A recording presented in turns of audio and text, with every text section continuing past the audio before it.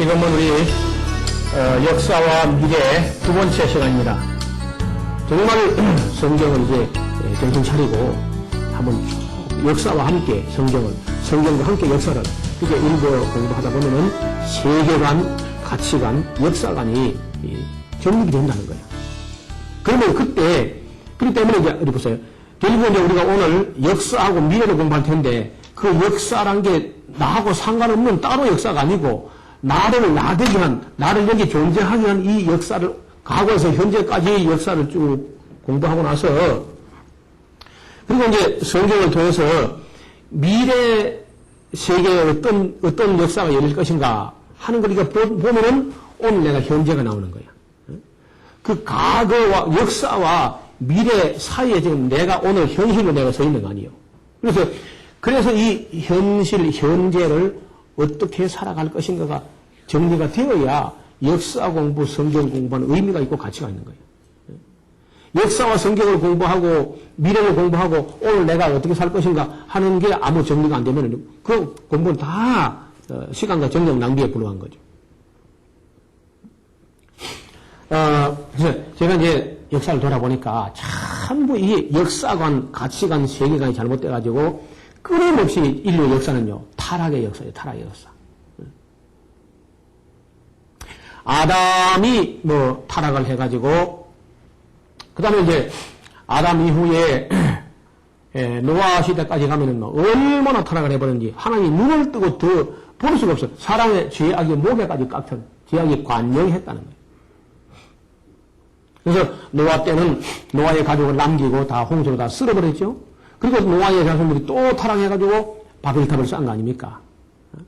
바벨탑을 쌓는 그 자체가 하나님을 믿지 않았다는 거죠. 그걸 타락하는 거죠. 그게 이제 언어를 혼잡하게 해가지고 온 세상 만고로 흩어갔는데 흩어져 간 사람 중에서 그래도 하나님 말씀을 들을 만한 사람을 불러내는데 이게 아브라함이 아브라함. 그리고 아브라함, 이삭, 야곱, 요셉까지는 그래도 믿음의 명맥이 유지되더니 요셉이 애굽에 가서 세상 떠나고 나서는 그 애굽에 들어간 이스라엘 백성이 완전히 애굽 사람처럼 다 타락해버렸고 한 400년을 살고 나니까 완전 애굽 사람이 다 돼버렸죠. 그런 사람들을 이제 하나님께서 모세를 세워서 그 애굽에서 나오게 해 주셨지만은 그들은 다시 또 타락하게 되고요. 그 뒤에 여호수아가 이어받아가지고 그들이 심지 아니한 과일을 먹고 그들이 건축하지 않은 집에 살게 하고 가나안 땅 전체를 다 개간해서 일부는 그런 땅을 다 차지하게 했지만은 여호수아 이후에 사사기를 보면은 또 타락한 걸 볼 수 있습니다. 타락하는 거예요. 그 다음에 이제 그 사사가 나와서 온리엘이 나오고 온리엘이 그래 건져줬지만은 역시 쉽게 잊어버렸고 예후시나 삼갈이나 이런 예언자들이 기드온, 바락, 그리고 삼손, 돌라, 야인, 입다, 입산, 엘론, 압돈 이런 사사들이 끊임없이 일어나서 또 그 위기에서 건져줬지만은 또 타락하고 나중에는요 하나님 안 되니까 이거 정말 어떤 여인의 뱃속에서부터 한 아이를 구별해가지고 나시린을 만들어가지고 나시린을 만들어가지고 한번 내가 일 좀 해버리라 하고 삼손 같은 나시린도 또 타락하는 거예요. 그 인류에서는 끊임없이 타락의 역사예요. 끊임없이. 사무엘은 그런 대로 잘 했는데 사무엘의 아들들이 타락해버리니까 또 타락하는 거 아닙니까? 뇌물을 받고 재판을 굳게 했다는 거예요. 사울도 젊은 날에 조금 잘했지만은 권력의 맛을 들이고 그냥 타락해버린 거 볼 수 있습니다. 다윗도 젊을 때는 잘했는데 늙어가면서 자꾸 실수하고 엉뚱한 짓을 해가지고 점점 그 나라와 가정이 어려워져요. 솔로몬 역시 마찬가지죠. 처음에는 참 겸손했는데 나중에 아주 형편없이 타락해버리고 르호보암 왕 때는 말할 것도 없이 타락해버리죠. 여호사밧 왕이 아사 왕이나 여호사밧 왕이 조금 잘 해보려고 했지만은 역시 성경을 모르니까 또 타락합니다. 엉뚱한 짓 많이 하고 여호사밧은 며느리 하나 잘못 봐가지고 20일 딸 아달라를 데려가지고 나라 완전히 말아먹을 뻔했어요. 그리고 여호람, 아하시아, 아달랴 등 역시 악한 왕들이었고 요아스, 아마샤가 조금 선한 편이지만 역시 성경을 모르니까 그 어떤 정책이 오래가지 못합니다. 우시야도 처음에 잘하다가 나중에 교만해가지고 자기가 뭐 왕이 제사장까지 뭐 겸한다고 하다가 이제 나병 걸려가지고 뭐 아주 어려움 당했고요. 요담도 뭐 그렇게 똑똑한 사람은 아니지만 선하게 하려고 했지만 역시 오래 지속되지 못했습니다. 히스기야도 마찬가지. 히스기야도 처음에는 그런 데를 좀 하다가 나중에 하나님의 성전 문짝에 금을 갖다 벗겨다가 아수르에 갖다 바치고 그런 끔찍한 일을 하고 그리고 그 역시 히스기야도 아내 한번 잘못 두고 장갑은 잘못 가가지고 아들 괴물단지 문하세가 또 하나 나와가지고 역사를 아주 엉망을 만들어버리죠. 그리고 이제 그 이후에 요시야라는 왕이 하나 있어요. 요시야. 그렇죠? 그 아몬의 아들 요시야라는 므낫세의 손자 되고 아몬의 아들 요시야가 그래도 한 31년 재임 기간 동안에 그래도 한 10년 넘어 한 13년 정도 그래도 좀 개혁을 하면서 좀 잘하려고 했어요. 요시야가. 그게 다입니다. 그게.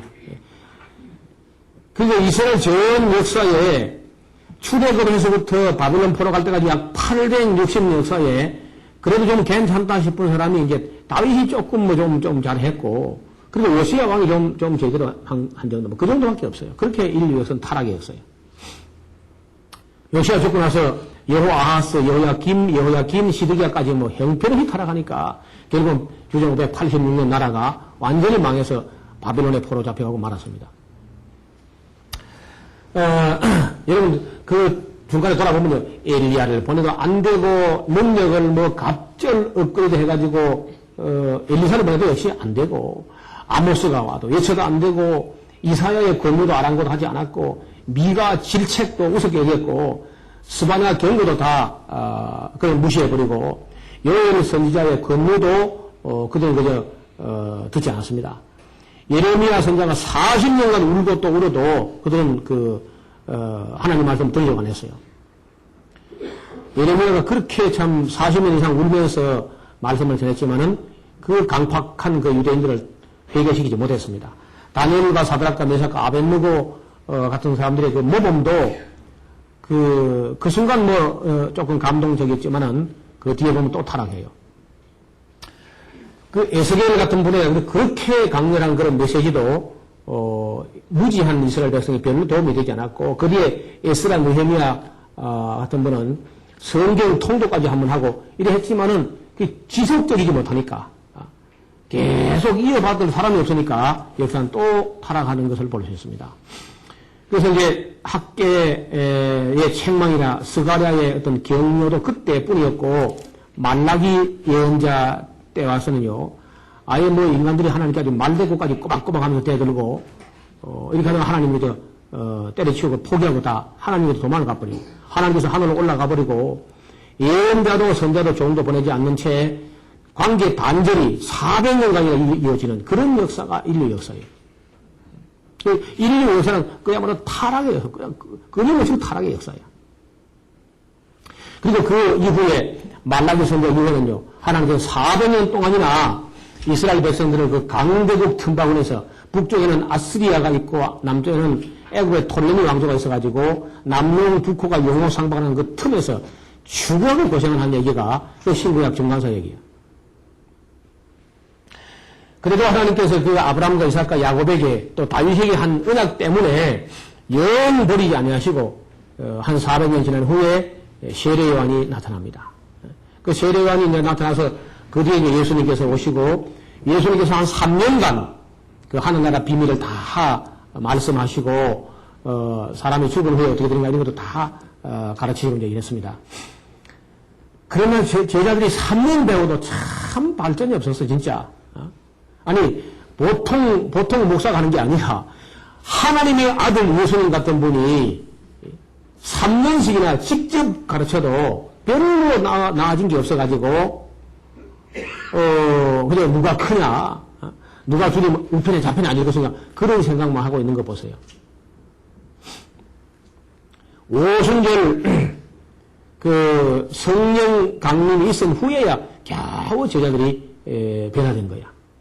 그 변화돼가지고 불과 30년, 40년도 채 활동 못했는데 그 한 세대, 예수님 승천하신 후에 한 세대 정도, 한 40년 정도 일할 즈음에 그저 네로 황제 기독교 대박해가 일어납니다. 64년부터 68년까지 대박해가 일어나가지고 사도들 거의 대부분이 순교하고 아마 그때 남은 사도는 요한 사도 한 분밖에 없었을 거예요.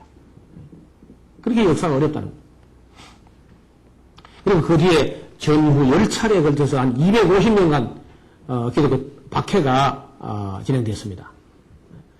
그리고 여러분 이제 313년 콘스탄티누스 황제가 밀라노 칙령을 통해서 기독교 자유를 선포할 때까지 교회는 별로 활동이 제대로 안 되고 지하에 그저 이렇게 숨어서 전도하는 그런 정도입니다. 우리가 이제 역사를 돌이켜보면 AD 한 50년경 그때에 처음으로 예루살렘 공회가 열린 것 같고요. 그리고 이제 그 뒤로 쭉 1차, 2차 뭐 여러 종교회의가 열리게 되는데 325년에 니케아 회의, 381년에 콘스탄티노플 회의, 397년에 칼타고 회의, 431년에 그 유명한 에베소 회의, 451년에 칼케돈 공의회, 이렇게 해가지고 이제 뭐 콘스탄티노플 회의, 니케아 회의, 라테란 회의, 콘스탄트 회의, 바젤 공의회, 뭐 피렌체 공의회 쭉 나오면서 이제 그때는 뭐 이미 완전히 카톨릭으로 변질된 후의 이야기죠. 그러다가 중세 1000년이나 이렇게 카톨릭의 종교 암흑시대를 만들면서 인간은 타락을 합니다. 로만 카톨릭까지 막 타락할 때 타락해가지고 오죽하면은 그 교직을 매매하고 천국가를 면제부를 갖다 팔아가지고 그래 예배당을 짓고 이렇게 이제 한 거 아닙니까? 그래서 그때 1517년에 그 유명한 마르틴 루터가 비텐베르그 대학 정문에다가 대자보를 써서 붙인 게 이제 종교개혁의 어떤 그 불씨가 된 것인데 그렇게 해서 이제 이어서 1536년에 유명한 그 존 칼빈이 기독교 강요 초판을 발행합니다. 이게 진짜 기독교다 하면서 성경이 말하는 기독교 이것이다 하면서 기독교 강요를 초판에 여러분 그 어마어마한 책이 존 칼빈 26살 때 만들어진 거예요. 자, 교회와 신앙은 점점 지금도 성경에서 지금 멀어져 가고 있습니다. 여러분 이러한 점에서는요. 기독교는 지금 카톨릭 별 차이가 없어요. 성경에서 멀어져 가는 것은 기독교도 멀어져 가고 있고 온갖 프로그램 때문에 성경을 제대로 가르치는 교회가 별로 없어 지금. 이 각성해야 돼요. 성경은 안 가르치는데 교회가 너무 안 가르쳐. 뭐 카톨릭은 말할 것도 없고요. 오히려 지금 카톨릭은 나름대로 뭐 옳지는 않지만 그래도 성경을 가르치는 게 가끔 나옵니다. 방송에 보면요. 근데 놀랍게도 기독교는 그 성경을 제쳐놓고 딴 얘기해. 여기 더 잘못되어 가는 것 같아. 그리고 또 작금의 이 기독교가 카톨릭이 개발한 여러 프로그램을 그냥 분별 없이 그냥 수용하는 것도 보면 참 안타까운 일입니다. 이게 큰일 납니다. 그렇게 하면요. 그래서 우리가 인류 역사를 돌아볼 때 정말 참 바람직한 쪽으로 역사가 발전한 게 아니라 역시 점점 타락해. 그러니까 지적인 수준은 상당히 향상되고 기술은 많이 개발되는 것 같은데 인간성 자체는 점점 더 거룩한 쪽으로 가는 것이 아니라 점점 더 천박한 쪽으로 흐르고 있습니다.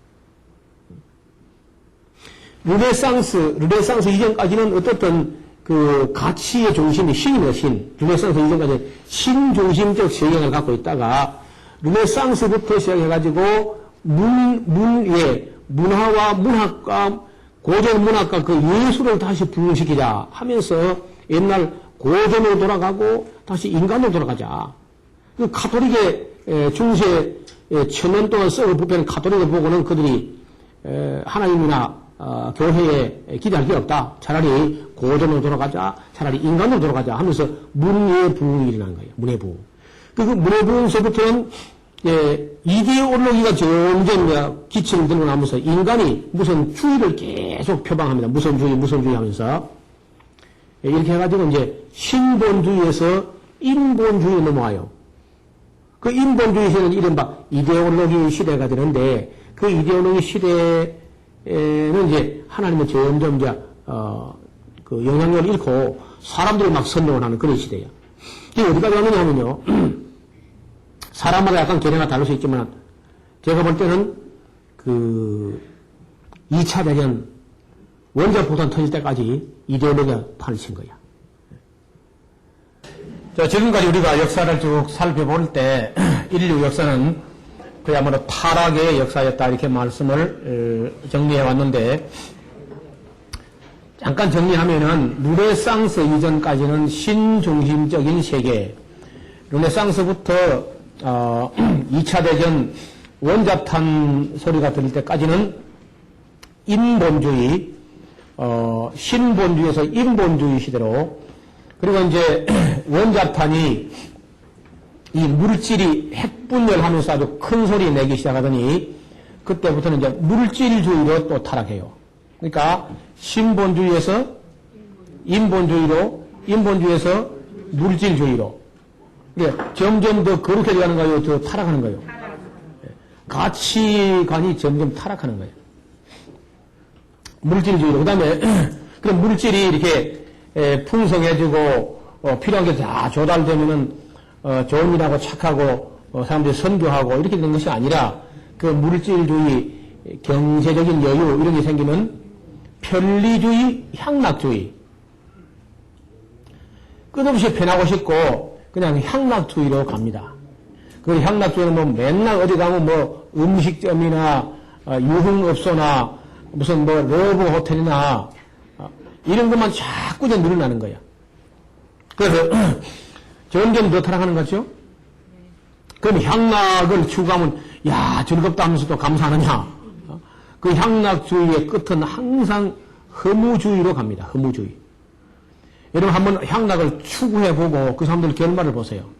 다 허무하다는 거예요. 그런 정도의 역사 실황은요, 솔로몬도 경험한 거예요. 그렇죠? 솔로몬도 1000번제를 드리면서 막 거룩하기 시작했다가, 그 다음에 이제, 인간 지혜 막 인간 세계로 이렇게 갔다가, 그 다음 물질을 막 탐을 내고 온갖을 다 해보고 물질 위해서 향락주의로 향락을 다 하니까 헛되고 모든 것이 헛되니 허무주의로. 그 허무주의가 이제 정직한 허무주의는요 자살로 갑니다. 아무것도 아니다 그러면서 근데 또 정직하지가 않으니까 타락해가지고 자살도 못하고 이제 그 허물을 극복하려고 하는 어떻게 하면 이 허물을 극복할 것인가 해서 그 다음으로 이제 나가는 방향이 신비주의, 초월주의, 아니면 마약주의, 아니면 술, 담배, 뭐 이런 걸로 막 그 허물을 달래보려고 하는 거죠. 그 신비주의, 초월주의 그런 데는 이제 철학도 없고, 절대 기준도 없고, 어른도 없고, 권위도 없고, 그래서 이제 다원주의가 되는 다원주의. 꽃비 풀린 마니처럼 전부 통제가 안 되고, 제 멋대로 사람들의 생각을 통제가 안 돼요. 어른이 뭐 집에서 지도가 안 돼요. 권위가 안 통해. 그래서 이제 초월주의 이런 데는 뭐, 그럼 다원주의로 가고, 그 초월주의 나중에 이제 결론에 가면 초인을 이제 나중에 이 세상이 점점 더 어지러워지고 질서가 깨지고 아니면 이거 파괴가 되고 자연 천재지변이 일어나게 되면 이제 초인이 없나 영웅이 없는가?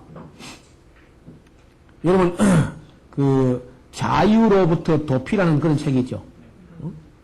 사람들이 자유를 위해서 목숨을 걸고 싸워놓고 자유를 주니까 자유를 감당 못해요. 그래가지고는 어디 뭐 큰 영웅이 없는가. 그래서 요즘요 사람들이 전부 자신이 없고 자기 철학도 없고 자기 확신도 없고 자유를 줘도 자유를 누릴 줄도 모르고 하니까 그냥 우리 자유 이거 말고 그냥 어떤 영웅이 나타나서 콱 우리 좀 다스려주길 바란다. 대통령도 막 강력한 대통령 막 지왕적 막 큰 권위가 있는 막 대통령다운 뭐 어떤 그런 식으로 인간성이 타락했거든요. 우리가 어릴 때마다 막 독재 하에서 얼마나 자유를 막 구가하고 이렇게 했는데 자유를 추구했는데 지금 자유를 주니까 자유를 감당을 못하는 거예요. 그리고 그냥 대통령이 막 큰 어떤 영웅 같은 그런 시대의 어떤 위인이 나타나가지고 막 확 다스려주는 어떤 강력한 리더십인데 이런 걸 바라는 거 보면은 점점 사람들이 자신이 없는 거예요. 사실은요, 국민이 성숙하면 대통령이 있든지 없든지 왕의 이름이 뭔지 모르고 이래야 돼. 그 상징일 뿐이고 국민이 정말 주인으로 해야 정말 민주주의가 되는데 오늘 우리 국민들 보세요. 자유를 감당 못해요. 그 앞으로는 이제 결국은 슈퍼맨을 원합니다, 사람들이요.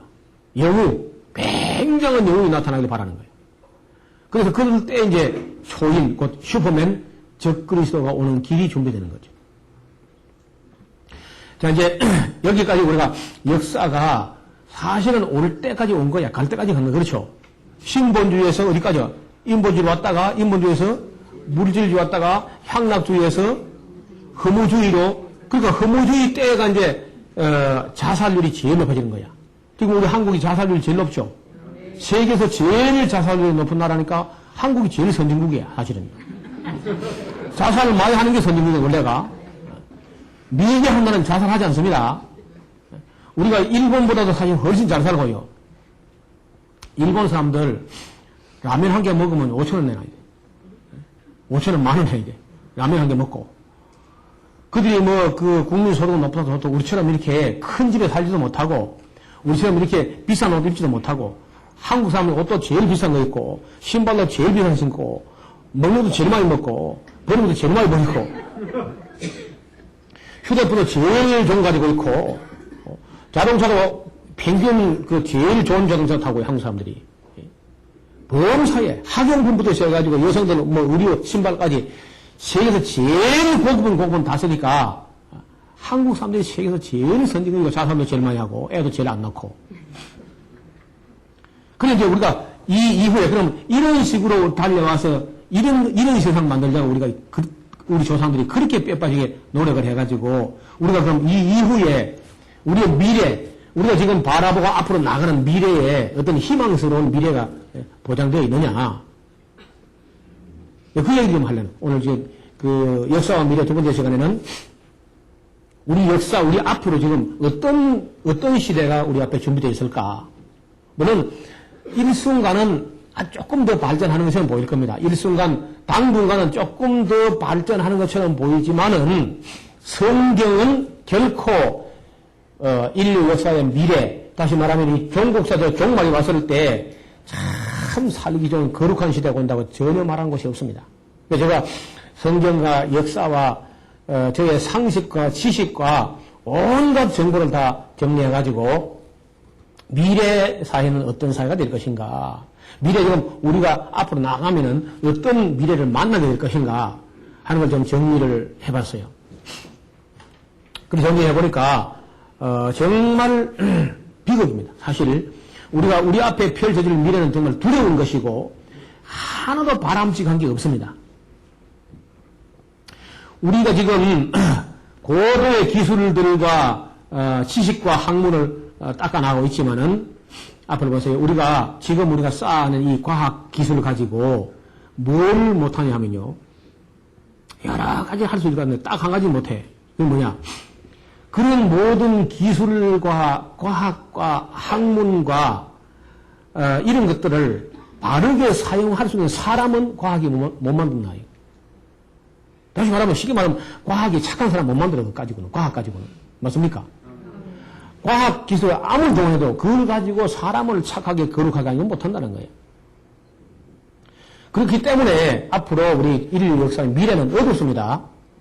여러분 엘빈 토플러 같은 사람이 뭐 부의 미래라든지 제3의 물길 해가지고 아주 미래는 기계가 다 일하고 사람은 그저 낚싯줄 가지고 기계는 혼자 일하고 있고 우리는 그저 여유 만만하게 다닐 거다. 그런 장밋빛 웃음 무지개 꿈을 꾸는데 사실은 그저 무식한 사람이에요.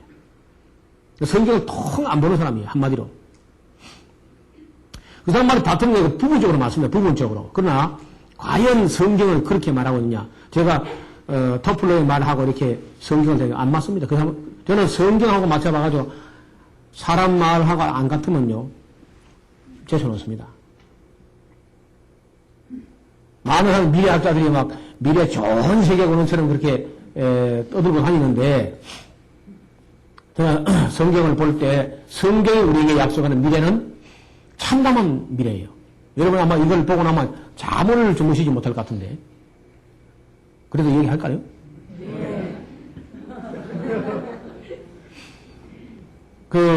저는 제가 이게 바라는 거 아닙니다. 이런 미래가, 좋지 않은 미래가 오기를 바라는 것이 아니라 성경이 우리에게 경고하고 있고, 예언하고 있고, 그리고 지금 이미 그 예조, 징조가 나타나고 있는 걸 볼 때에 제가 볼 때는 성경이 맞다는 거예요.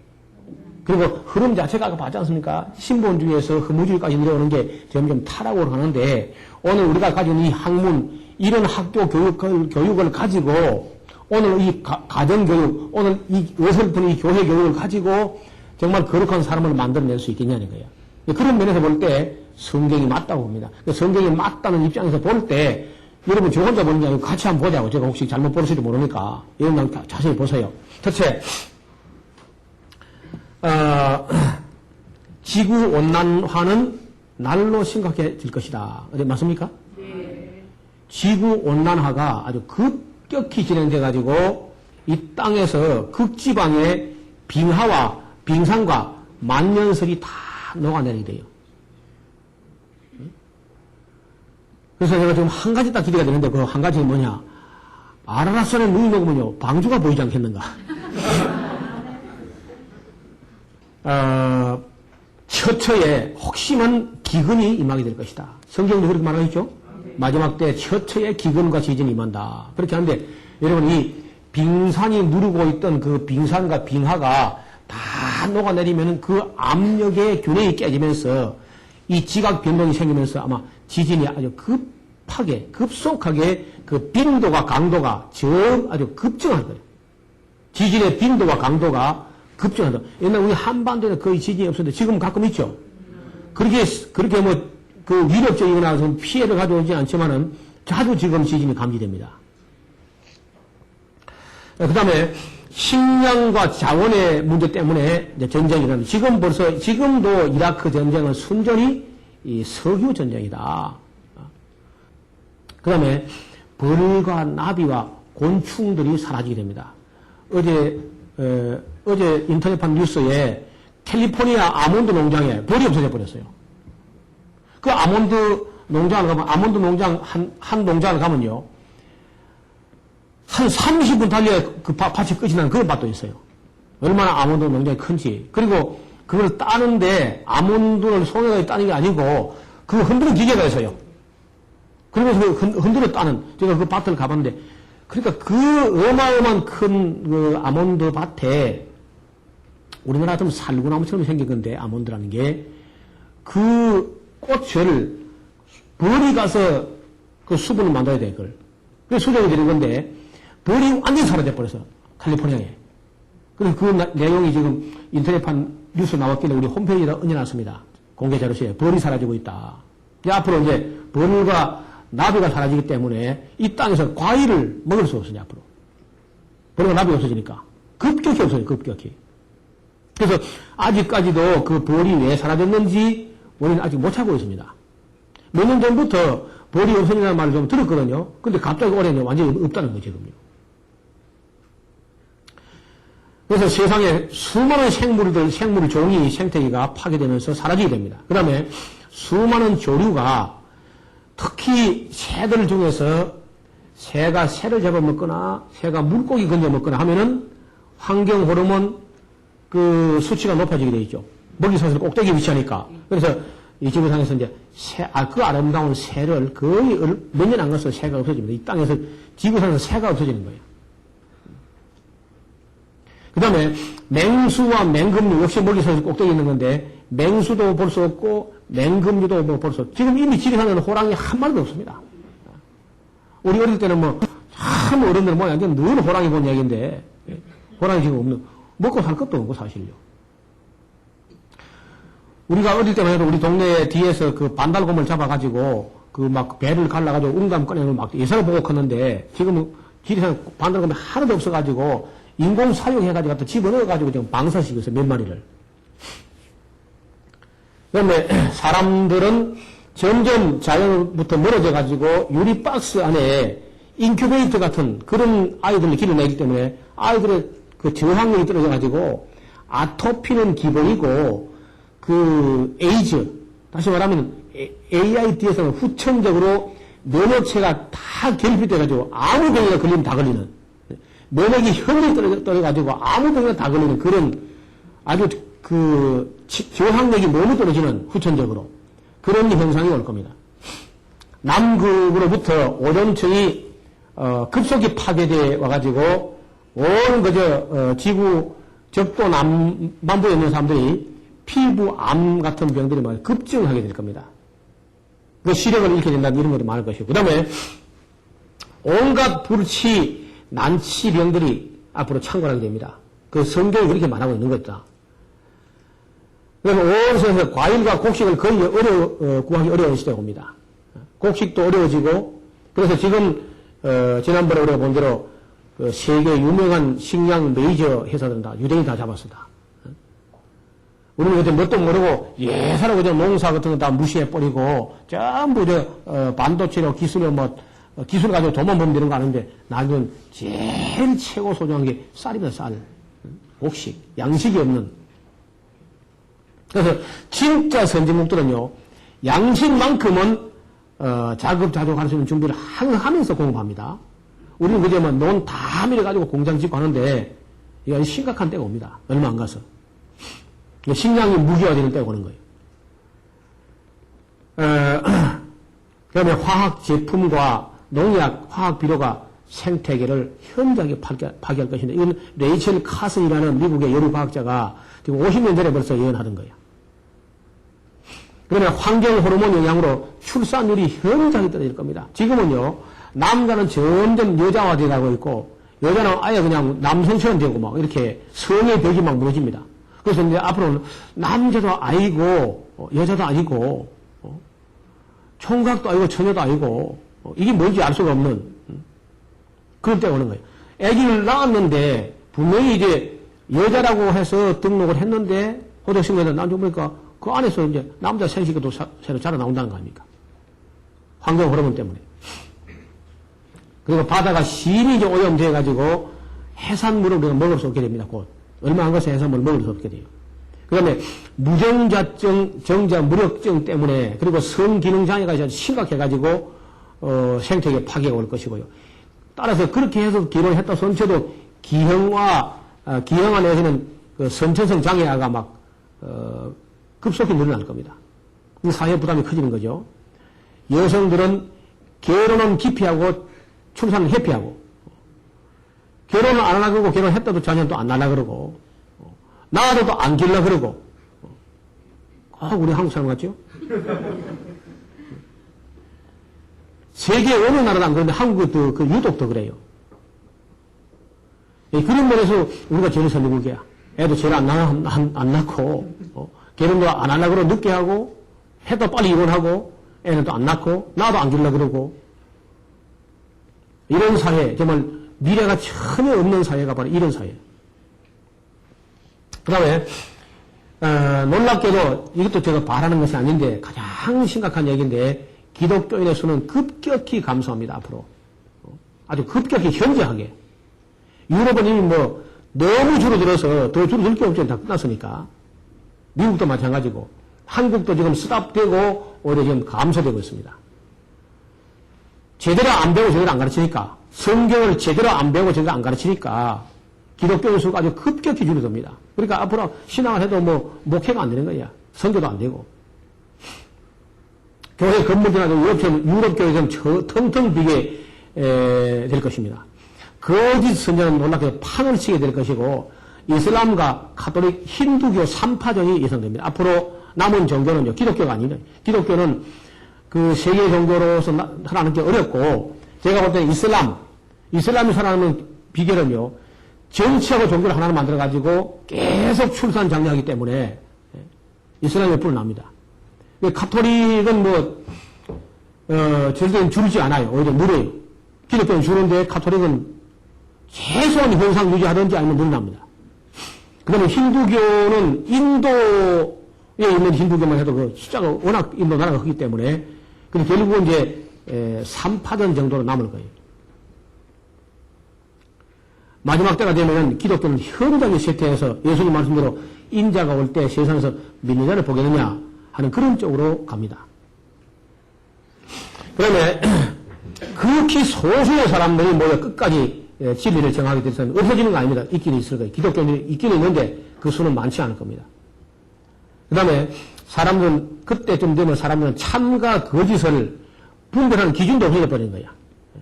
아주 모호하게 되고 진위를 분별하지 못하는 모든 기준이 다 사라져버리기 때문에 건의가 없어져 버리고 기준도 표준이 없기 때문에 분별이 안 되는, 뭐가 진리인지, 뭐가 정통이고 뭐가 가짜인지 분별이 안 되는 시대가 옵니다.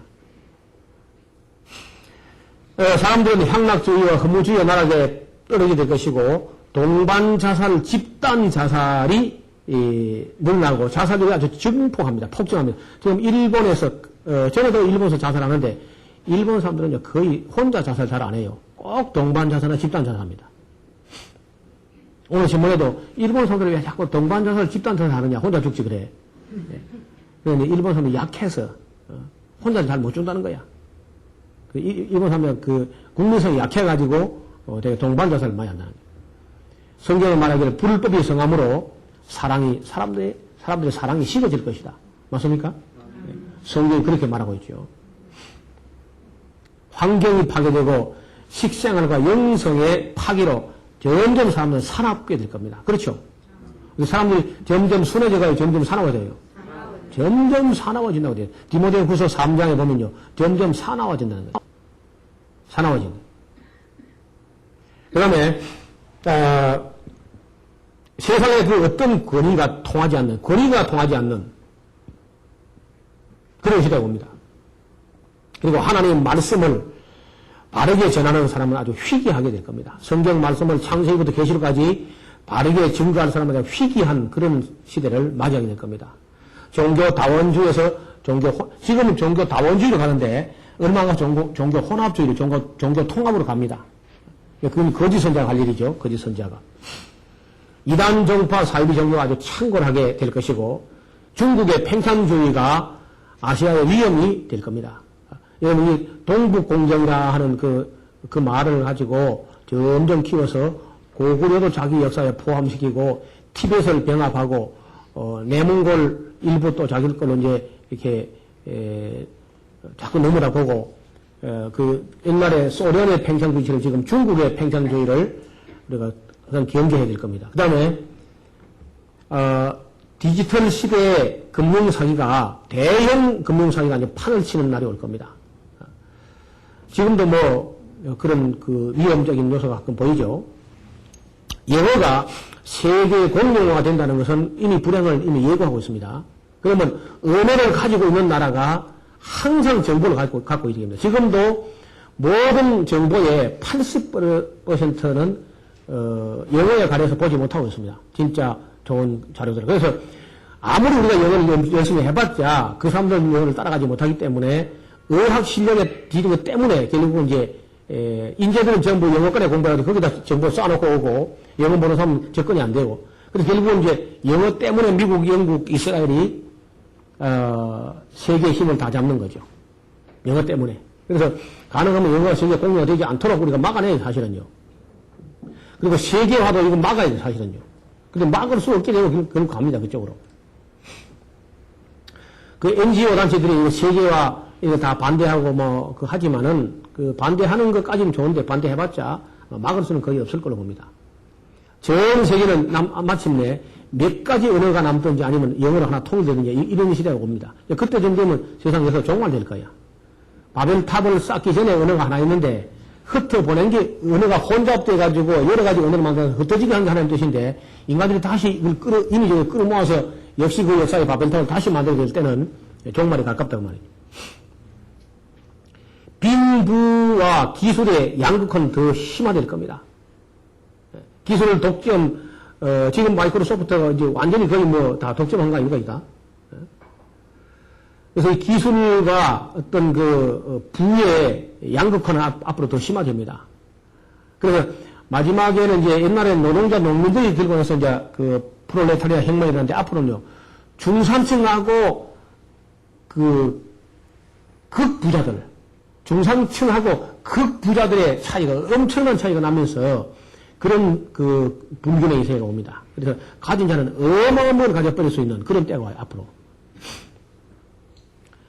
그리고 에너지 공급이 수요를 따르지 못해가지고 역시 전쟁이 날 수 있는데, 그렇게 나라가 어려워질 때, 온 세상이 어려워질 때, 성도들은 거의 교회로부터 멀어지고, 교회를 텅텅 비고, 얼마 남아있는 성도들이 다, 세상 잠을 잡니다. 물질주의, 세상 향락주의 잠을 자게 되고, 교회는 제 기능을 못하게 되고, 지구상에서 1년 동안에 단 한 사람도 회심 전도가 안 되는 그런 때가 옵니다. 전도가 완전 딱 스탑되는 그때쯤에서 이 땅에는 그 소행성들이 떨어집니다. 그 요한계시록 6장 12절 이하에 나온 얘기인데, 요한계시록 6장 12절 이하에 잘 읽어보시면 별이 떨어지는데 한두 개 떨어지는 것이 아니고 태풍 불 때 무화과 나무에서 섬과실 떨어지는 것처럼 막 떨어집니다. 그 떨어질 때 어느 정도냐, 지구상에 있는 건물이 제가 볼 때 거의 90% 파괴됩니다. 지금 뭐 온 한국 교회, 한국 사람들이 집 짓기에 아주 힘든 사람처럼 집 짓는데 온통 부동산 투기에 다 목숨을 거는데, 내가 정말 성경을 가지고 예언하는데, 그때 별이 떨어질 때는요, 한국 사람들이 지은 건물은 제가 볼 때 99.9% 다 무너지는 거예요. 모든 석유시설은 다 불이 나서 폭발할 것이고, 전기시설, 발전소는 뭐 다 폭발할 테니까, 별이 떨어질 때는요. 그럼 뭘 가서 우리가 무슨 전자, 무슨 IT, BT가 무슨 소용이 있단 말이에요.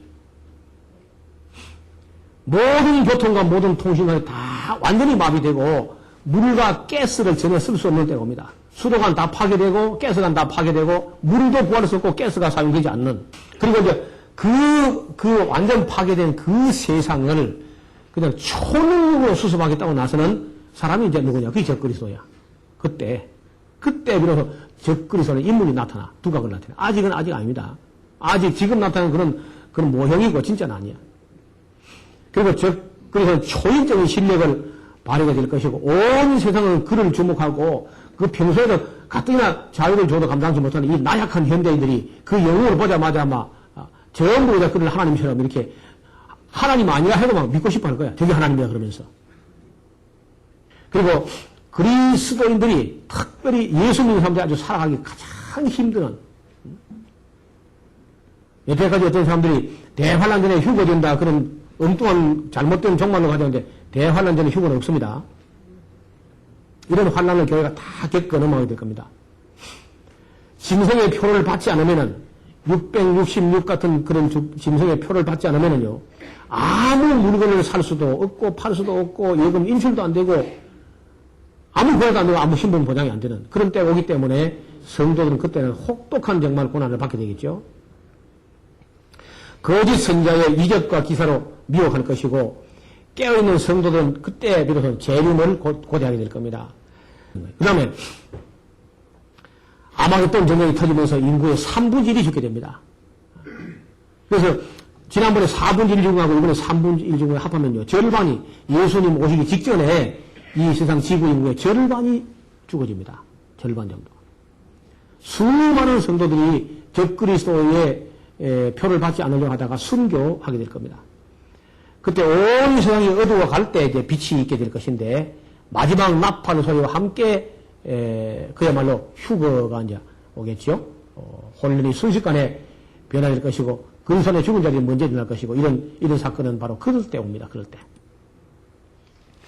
그리고 이 땅에 휴거되지 않고 남아있는 땅에는요, 하나님의 진노의 포도주가 7대접이나 떨어져 퍼부어지게 되는데, 땅에 있는 모든 사람들, 휴거되지 못하고 땅에 있는 남은 사람들 몸에 독한 종기, 독종이 발하게 되고, 바다가 이제 거의 피처럼 변하게 되고,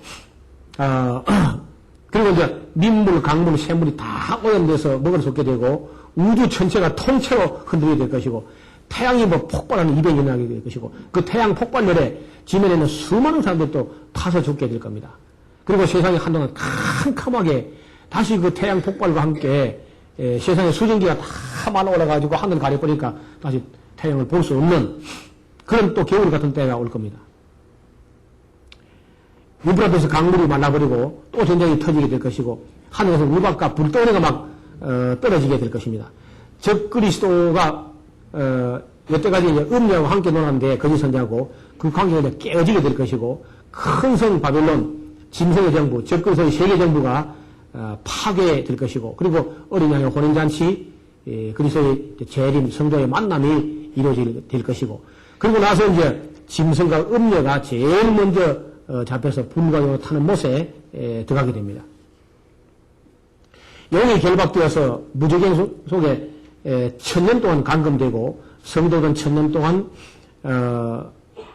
왕국의 삶을 누리게 되고 그리고 그 이후에 음부에 들어가 있던 불신자 영혼들이 심판의 보러 나와서 크고 긴 보좌에서 마지막 심판을 받고 그리고는 불과 용으로 타는 못에 지옥에 들어가게 되면서 끝이 나고요.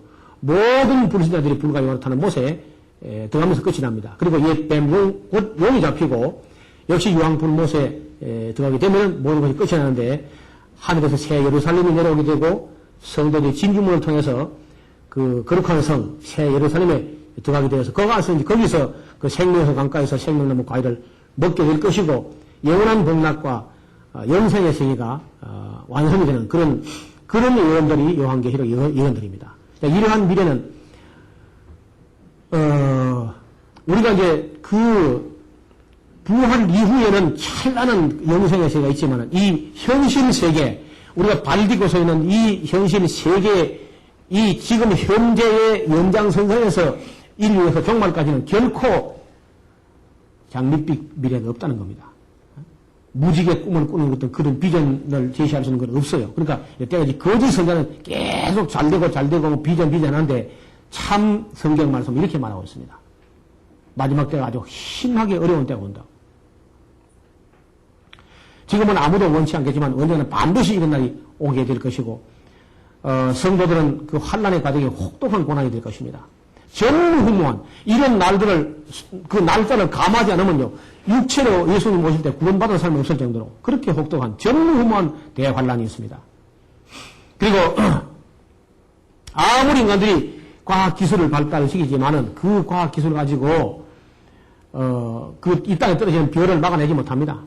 왜냐면 한 개 떨어지는 건 아니고 무화과나무가 태풍 불 때 섬과실 떨어지고 지금 한꺼번에 떨어지기 때문에 어떤 우주선 타고서 막아내고 이게 미사일과 막아내지 못합니다. 그래 그때 가서는 인간들이요 과학을 원망하는 시대가 옵니다. 인간들이 쌓아오는 과학을 우리가 너무 믿었던 것이 오늘 이런 결과를 초래했다면서 과학을 원망할 때가 반드시 올 겁니다. 인간의 기술로는 우주 정복은 실패합니다. 전혀 인간이 우주 정복을 한다는 정보가 성경 어디도 나오지 않습니다. 그리고 천재 지변으로 다가오는 이런 대화는요 신부르신 간에 아무도 피하지 못합니다. 아무도. 자, 성경은 이렇게 말합니다. 형제들아 때와 시기에 관해서는 너에게 쓸 것이 없으면 주의 날이 밤에 도적같이 이럴 줄을 너희 자신이 자세히 압니다. 저희가 세상 사람들이 평안하다, 안전하다, 살기 좋다 할 그때 잉태된 여인에게 해상 고통이 갑자기 이름같이 멸망의 호련이 저에게 임하기 때문에 결단코 피하지 못한다. 준비도 안 되고 피하지는 못해요. 자, 형제들아 너희는 어디에 있지 아니하며 그날이 도적같이 너희에게 맞이 못하리니 너희는 다 빛의 아들이요 낮의 아들이다. 우리가 밤이나 어둠에 속하지 아니하나니 그러므로 우리는 다른 일과 같이 자지 말고 오직 깨어 근신할지라. 데살로니가전서 5장 1절에서 6절까지 이런 말씀이 경고로 주어졌습니다. 그러므로 우리가 짧은 시간입니다만은 지금 인류 역사 그 과거 전체를 우리가 크게 요약해서 오늘 우리가 발딛고 서 있는 오늘까지 이야기하고 그리고 오늘 이후에 잠시 동안 조금 우리가 응용과학 기술들로 말미암아 조금 더 편리한 세상 오지만은 이 땅에 항구적인 평안은 없습니다. 그리고 미래에 우리 닥치어 올 이 예언의 말씀들은 실로 두려운 것들로 가득 차 있습니다. 그래서 항상 깨어서 그런 종말이 임한 여인에게 해상 고통이 갑자기 오는 것처럼 갑자기 닿기 때문에 세상 사람은 준비도 안 될 것이고 믿지도 않을 것이고 피하지도 못한다는 겁니다. 그럼 우리는 이제 항상 믿음을 가지고 깨어서 그런 날이 왔을 때 당황하지 아니하고 끝까지 있어서 마지막 순간까지 진리를 증거할 수 있는 그 신실한 증인 될 수 있기를 주님 이름으로 축원합니다. 아멘.